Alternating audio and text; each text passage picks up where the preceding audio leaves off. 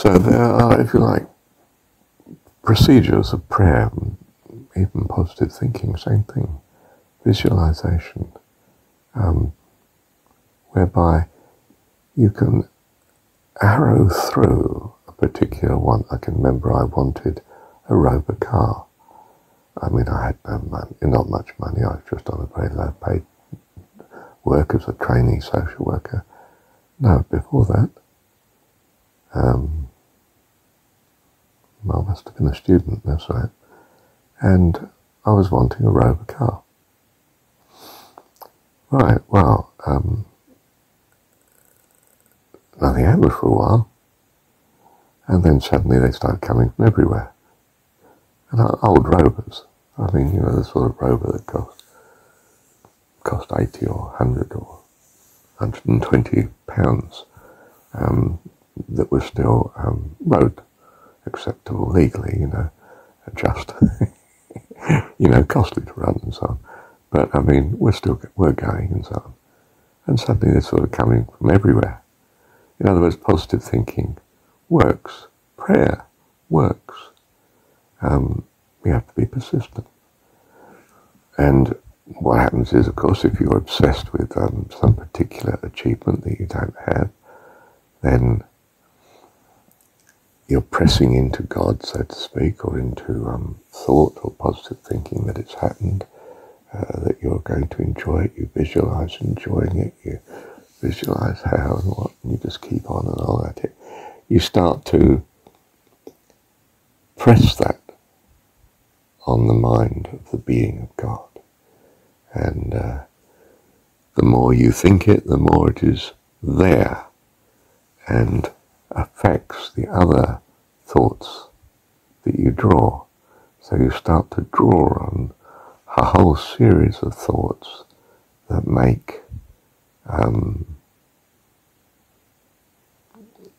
this desire, this prayer, compatible with the rest of your life.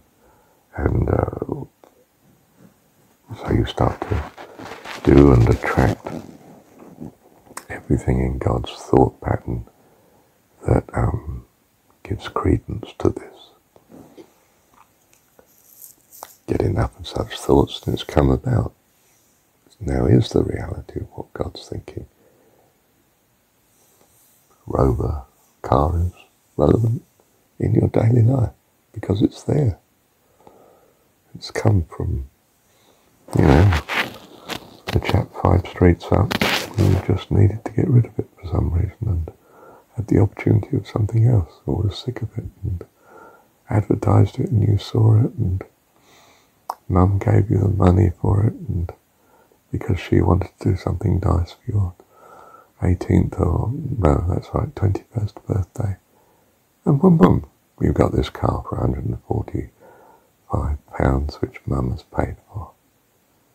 I don't know, 4 months later, say. But you'd have to chip away a long time. And if you want some ministry of healing where you're going to go around casting out demons, say, and where you are making the thought and the association that demons are the root cause of illness, and you're going to have this ministry of casting out such, well, you're going to have to work pretty hard on God's mind to pull that one off. And you may be very willing to. You may go on a end-day fast and keep storming the gates of heaven, insisting and crying out until you get it. And ba-boom. A couple of years later, that's exactly what you've got.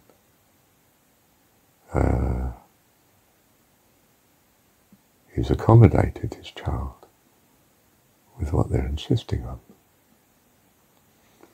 And he may be accommodating it for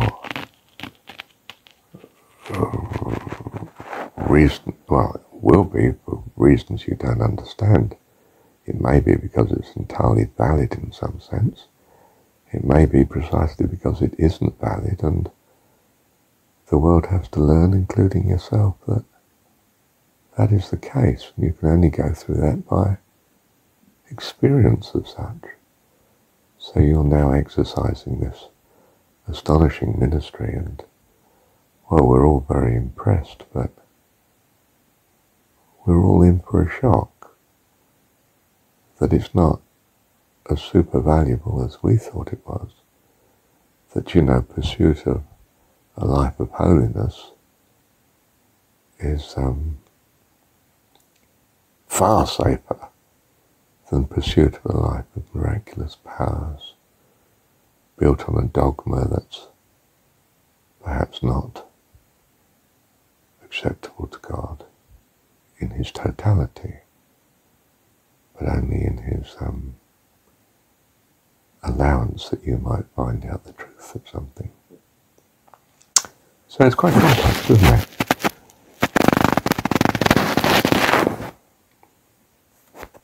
What I'm definitely saying is that although you might with great persistence get your will your way and become that new cluster of thoughts accordingly, you know, it's part of your being, part of your experience, part of your belief system, your value system now too. Although you get what you insist on, you know, assuming you're persistent, that does not in itself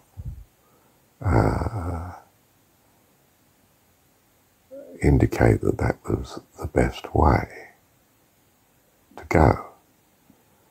It might be a necessary way to go, and best in that sense, given your obsession, because you need to experience the fruit of that obsession now to know whether it's really what you want to be and value, and adjust your person accordingly. So in a sense it's right, but it's only right because you had the obsession. You know, one can understand, therefore, can't you, that it would have been nice not to have had the obsession. You know, well, yes, I can give you an ice cream if you really insist, but it's not going to be doing any good. I can give you the ice cream and, well, yes, it has made you sick, hasn't it? Do you necessarily want to pursue ice cream next time? No, Daddy, I don't think ice cream's good for me. You know, my teeth fall out, I have to see the dentist or something, you know.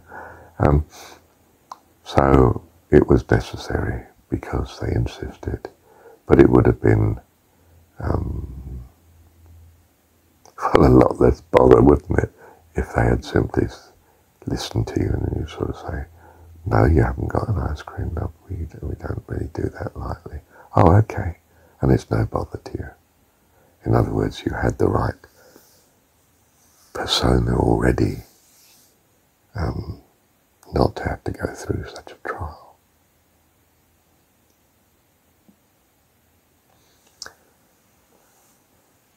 So there's acceptable willing and not unacceptable willing, but less acceptable. And the less acceptable requires a lot of attention on God's part, if you like, because you're not in harmony yet.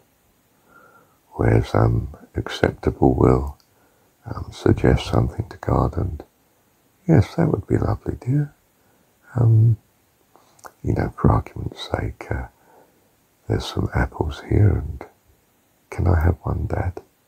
Yes, love, of course. It's no problem. There's some marijuana here, and can I experience that, Dad? Oh, I don't think you should do that, lovey. That's really harmful. And instead of you responding with, oh, okay, no problem, you know, you're saying, but I want to, Dad. I mean, I want to, I need to, and I'm pressing on it. You know, in the end, he's going to find some way of you realizing how harmful this is. And that may well be by you going through an experience of it. That's very serious. He's not going to want to do that, shift the furniture around, unless you're extremely pressing, and some people are. You know, they search out, they long for, they press towards something that's quite harmful to them and to the rest of society, you know, to the rest of us. But they still press in. And then having exercised such, finally, for some long period of time, and they reap the consequences, they start to long for some reversal, perhaps, some way out, or they just get desperate, poor souls. And perhaps that desperation fundamentally changes something in them to have an aversion for this trap, this prison that they find themselves in.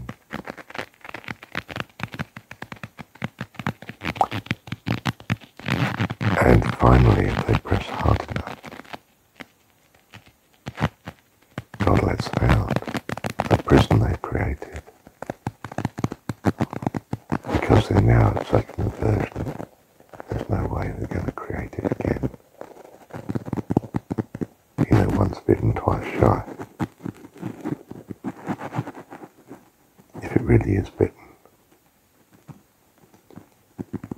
But if, you know, there was just a hangover the following morning as with alcohol, perhaps they'll go through it again and again until they realise their life's collapsing with an addiction to alcohol. And then perhaps they might get desperate. If death doesn't catch them up in this life first. Something of that. Okay. Well, I'm not sure if this is obviously uplifting by any means, but at the same time we can see some conceivable explanation for the power of prayer. We do need an explanation because we do see miracles. We see an answer to prayer that, well, not all of us of course, but some of us see answers to prayer, and it's not that it requires explanation, but there has to be an explanation. Now whether this is it, well, that I'm not sure of course. We're only saying what's the best explanation. Now the best explanation is not, in my view, what we were holding as tenable, namely that God is all-powerful and perfect, allows me to pray like mad for something, and he changes what he's doing. Why should my praying like mad change what he's doing? We need an explanation, because why is that something that is effective when he was going to do what was right anyway, and we're coming in changing it? Well, you have to have an explanation that either what he was doing was not what he was doing, but some evil opposition, and we're asking his support to battle against such, which has been the Christian Judaic solution.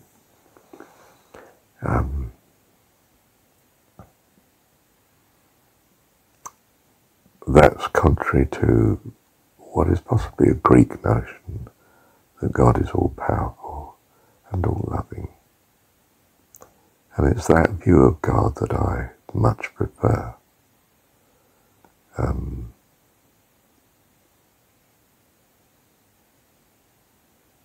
If you like, that's who I am. And so I'm seeking out, nonetheless, an explanation from that foundation. Not the Judaic explanation that there's another being that's given at least transitory, well, even if he's given transitory sovereignty to do evil,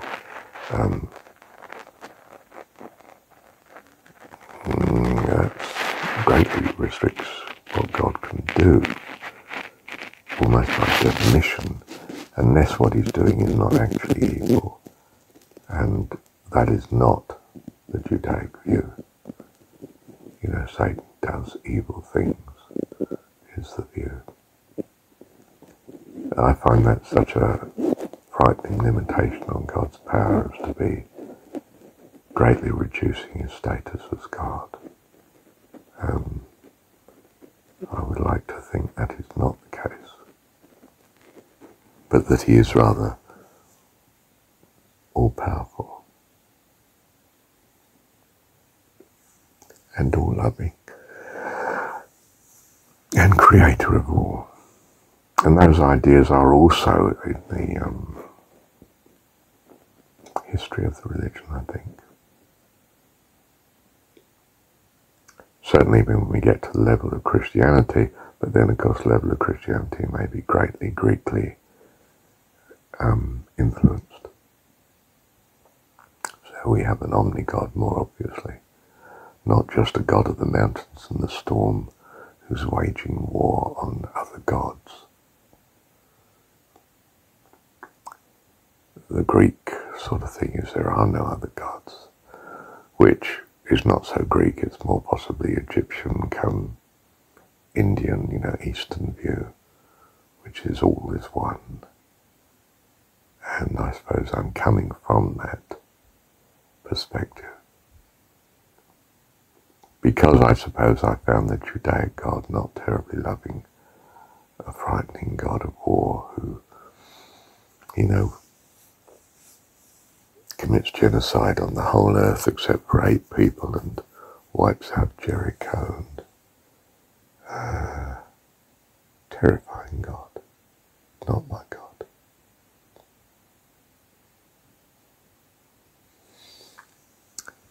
Now, in my frame of things, my frame of understanding, my view is again only a persona that God has allowed. And he may have allowed it because this is absolutely wonderful and nearer his harmony, or he may have allowed it to me to have it to demonstrate to me finally that no, that's not a valid concept in the totality of his being, that which he has chosen to be, which we assume to be good, of course, utterly good.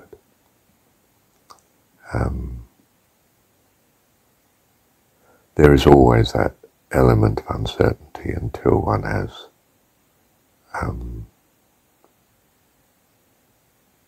the equivalent of God's mind, or the fullness, the equivalent of the fullness of access to God's mind, which is possibly, I'm not sure whether that's ever to be, because God is forever expanding anyway. Could one ever catch up? He may have a facility where we do catch up.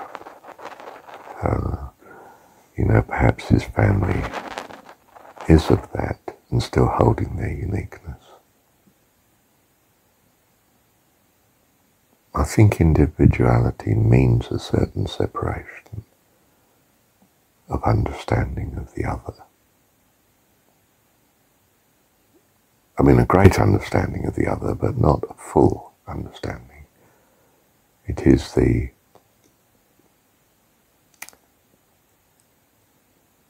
uniqueness in each of us that is defined, is made up rather of the fact that we do not have the complete equivalence of God, but rather some selection of his thoughts that make up some individuality that's still delightfully acceptable as an adult member of the family of God, our Father in heaven. Okay, thank you, Heavenly Father. Thank you for unraveling in this way a possible view which of course is a view, whether it's one of many, expecting itself it is, and makes up our individuality. May it become sufficiently harmonious with you, Father, to be a joy and a blessing to all. Love you, Lord. Thank you. Thank you, Heavenly Father.